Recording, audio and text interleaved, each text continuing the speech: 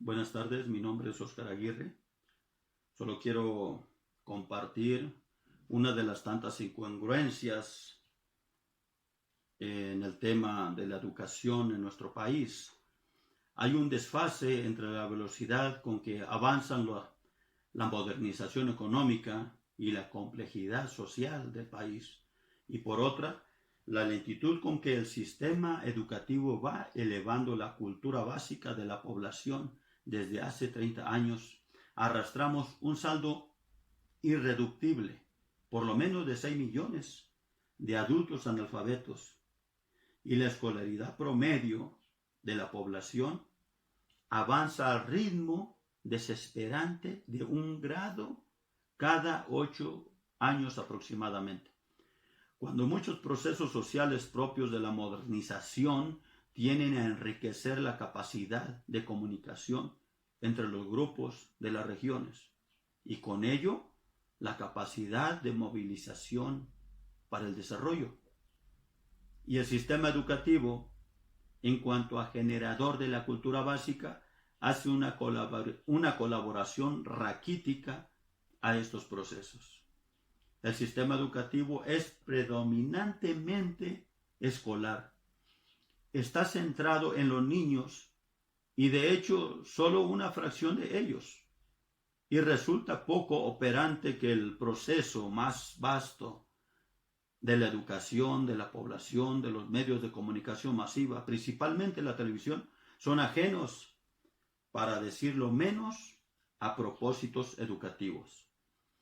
A futuro preocupa lo que pueda llegar a ser un desarrollo, entre comillas, material,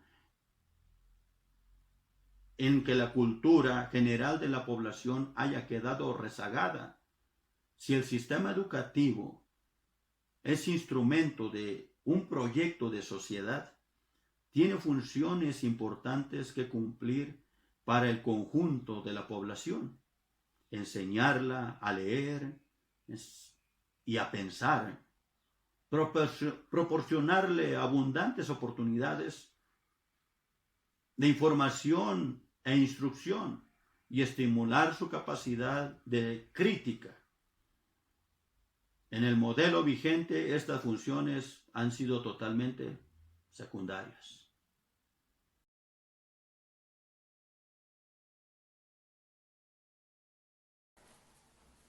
Buenas tardes. Yo voy a hablar sobre el sistema educativo en relación a las disputas jurídicas y la escuela mexicana, en el artículo 123.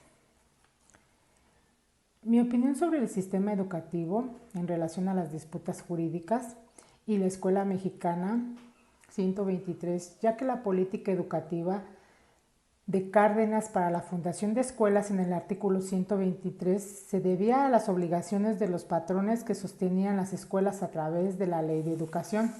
Se dice que en 1934 el Ejecutivo Federal, a través de la Secretaría de Educación Pública, SEP, emprendió una cruzada nacional de fundación de escuelas, artículo 123, e impuso a los patrones las obligaciones que según establece el artículo institucional, los cuales los poderes locales rechazaron esta imposición puesto que consideraban excesos del poder federal. Llamados, los patrones respondieron con diversas estrategias de resistencia para evadir los mandatos de la SEP. Los alegatos jurídicos se convirtieron en la forma de resistencia más efectiva para combatir las políticas del gobierno federal. La SEP se enfrascó en numerosos e interminables procesos jurídicos que le implican un desgaste de recursos. La controversia en el artículo 123 era analizar el enfrentamiento jurídico sustituido por el poder patronal y el Estado de México. En torno a las escuelas artículo 123, que así se hacían llamar, este análisis se concentraba en el nivel de las prácticas del Estado, con el fin de explicar inconsistencias y contradicciones en su actuación y los poderes de la Unión Ejecutivo, Legislativo y Judicial. Se dice que la SEP y el poder patronal fueron los protagonistas de enfrentamientos y sus actuaciones quedaron plasmadas en los documentos como iniciativas de ley, debates legislativos, decretos, leyes, amparos, sentencias y jurisprudencias. En cuanto la reforma fue aprobada y la política, la SEP puso en marcha una cruzada nacional de fundación de escuelas federales financiadas por los patrones, a las que dominaron escuelas, artículo 123. Se hizo cálculos previos acerca de las negociaciones y los patrones que estarían obligados por la ley a sostener las escuelas. En cada estado se dice que los directores de educación y los inspectores tenían metas a fundar una vez realizada la federación. Sin duda más de 3,000 escuelas que debieron ser fundadas. Sin embargo, las autoridades federativas enfrentaron una resistencia de los patrones a la fundación de nuevas escuelas y liquidaron con algunos gobiernos legislaturas estatales inconformes, llamados los excesos de la Secretaría de la Educación. Y asimismo, los patrones en general recurrieron al amparo como recursos efectivos para evaluar las disposiciones de la SEP, simplemente para entorpecer y retardar su cumplimiento. Yo considero que la SEP interrumpió enormemente con cantidades grandes de recursos humanos y materiales, para así poder resolver largas y existenciales disputas a causa de las escuelas, ya que fueron motivo de discordia y enfrentamientos entre presidentes municipales, empresarios, haciendas, caudillos y el gobierno federal. Por tal motivo fueron considerados como una violación a la autonomía local y un atentado contra sus derechos. Gracias.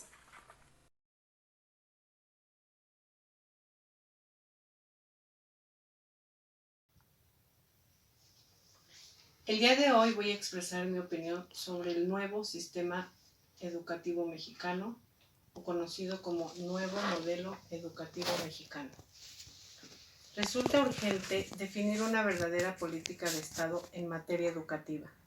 El nuevo modelo, que debería comenzar a perfilarla, se queda muy lejos de ello debido a una serie de errores de concepción y de diagnóstico. Por ejemplo, afirma que la escuela ha dejado de ser el único lugar para aprender, y esto es algo que resulta sorprendente. Quienes tienen a su cargo la conducción de la educación pública en este país, ¿no se habían dado cuenta de que nunca ha sido así? ¿No sabían que el aprendizaje antecede a la escuela? Lo mismo ocurre con la idea de la memorización. El documento dice, vamos a trascender esta idea. Sin embargo, diversos estudios de la educación nos advierten de la importancia de memoria y sobre los riesgos de abandonarla, argumentando que es una base esencial para el aprendizaje. El documento también alude a la valoración de la diversidad, la equidad de género, la convivencia pacífica, el respeto a la legalidad, la actitud ética, la ciudadanía, la confianza, la solución de conflictos y a la negociación. Este es un catálogo de valores y principios ciertamente irreprochable. Sin embargo, el modelo no proporciona elementos que permitan entrever cómo alcanzarlos, sino que se limita a enlistarlos como planteamientos ideales. Los cambios profundos que aspira la reforma educativa chocan frontalmente con la realidad escolar en la que vivimos. El predominio de lo administrativo burocrático sobre lo pedagógico, curricular y didáctico. El enfoque centrado en la gestión de control y los resultados, dejando a la deriva los procesos formativos a los que se enfrentan los docentes sin el apoyo organizativo de los directivos. El predominio del modelo administrativo burocrático de los directivos con nulo o escaso liderazgo pedagógico.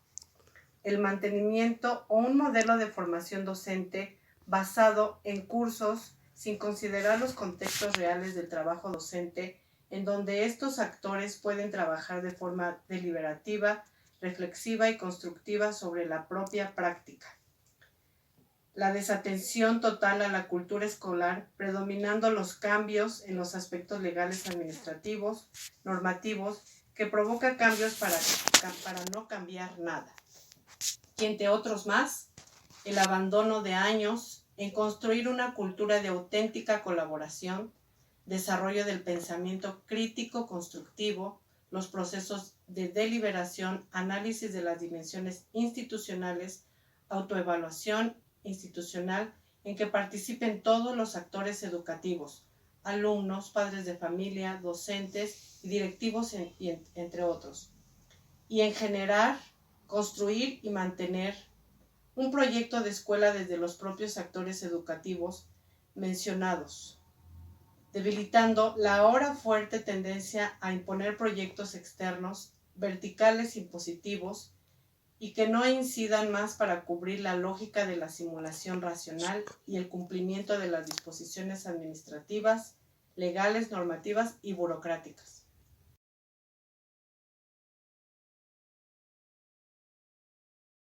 Por otra parte, este acuerdo tiene impactos negativos. Le quita la fortaleza a la parte docente y favorece el conformismo del alumno. Ocasiona que el profesor invierta más de su tiempo en implementar formas para que pasen los alumnos en vez de incrementar el número de clases frente al grupo. Hay una parte en ese acuerdo que dice que si el alumno va mal en sus materias, incluso puede o debe faltar a fin de que dedique tiempo para preparar la materia en donde va mal y así acreditarla, cuando lo que debería de hacer sería aplicar más medidas de presión para que el alumno se aplique más en sus materias y no favorecer el ausentismo. El acuerdo nos dice que no pueden reprobar 2 veces el mismo año y lo debes de aprobar al siguiente, lo cual no estoy de acuerdo, pues las deficiencias académicas no se superan y por el contrario se van incrementando más dada la mayor complejidad educativa que exige o debería de exigir un nuevo año. Se favorece la desventaja académica de la educación que se imparte en escuelas públicas, situación contraria a la que sucedía en los años 60, 70 y parte de los 80, lo que va a hacer que jóvenes de escuelas particulares que estudian en escuelas en donde no se les facilita la acreditación de la materia y en cambio sí se les exige más dedicación a preparar, estudiar y pasar sus materias, tendrán una mejor evolución académica y mejor preparación y tendrán mayores ventajas que los de las escuelas federales. Esto nos habla también de que el gobierno no desea invertir más en lugares o tiempo docente u horas clase, pues resulta un mayor gasto del presupuesto para la educación. La idea es no invertir en esa llamada reforma educativa y volverla más nada. Con este tipo de acuerdos o sistemas de educación, lo que está provocando es que los jóvenes tomen malas decisiones como ir con las drogas, la delincuencia o se realicen abortos clandestinos. Me despido con la siguiente frase: la suma de pequeñas acciones generan grandes cambios. Gracias.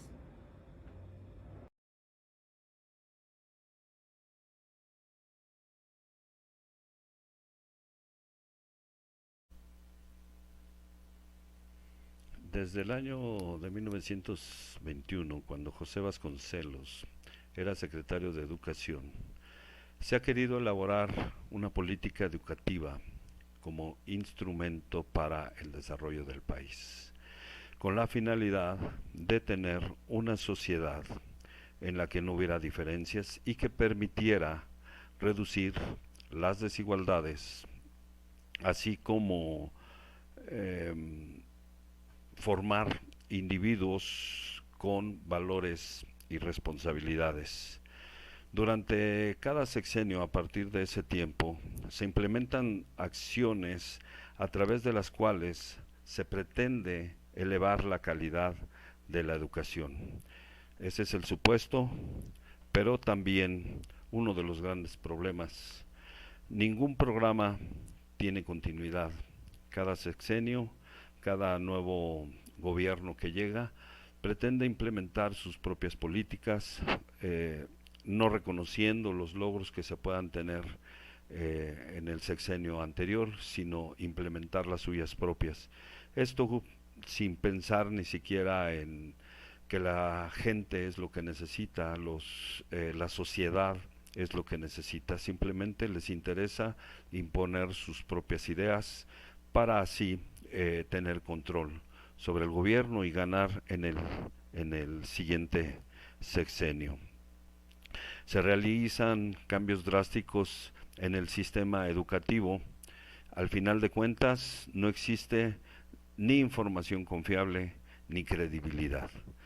A través de varios artículos establecidos en la Ley General de Educación, Se establecen reformas y lineamientos para garantizar la calidad de la educación. Mas, sin embargo, esto no ha sido así, por lo que surge la interrogante: ¿por qué se continúa con niveles tan bajos de aprendizaje a pesar de las reformas que se han establecido? Aunque los maestros son pilares fundamentales e importantes en la educación, el peso de la calidad el peso de la calidad de la educación no puede ni debe caer exclusivamente en ellos. Se necesita que los planes y programas sean los adecuados. Sin embargo, mientras el gobierno mexicano siga los lineamientos de los organismos internacionales, perdiendo así su autonomía, lo único que va a lograr va a ser que este país se vuelva un país maquilero. No hay calidad en la educación. Se establecen programas en los que se facilita a los alumnos hacer, perdón por la expresión, pero hacer lo que se les venga en gana. Desde el momento en el que entran al salón de clases ya tienen una calificación y tienen que hacer un mínimo, pero muy mínimo esfuerzo para pasar de año. Así, de esa forma, entonces, el trabajo del docente o el trabajo del maestro no tiene ningún valor. El país, el gobierno, pierde autonomía porque lo único que va a lograr, como les decía hace un momento, es un país maquilero. Parece que las líneas de acción establecidas a eso es a lo que nos llevan. Las reformas que el gobierno de México ha realizado son claros ejemplos de la influencia y el poder, tanto simbólico como económico, de los organismos internacionales que tienen la facultad de emitir los lineamientos y de imponerlos.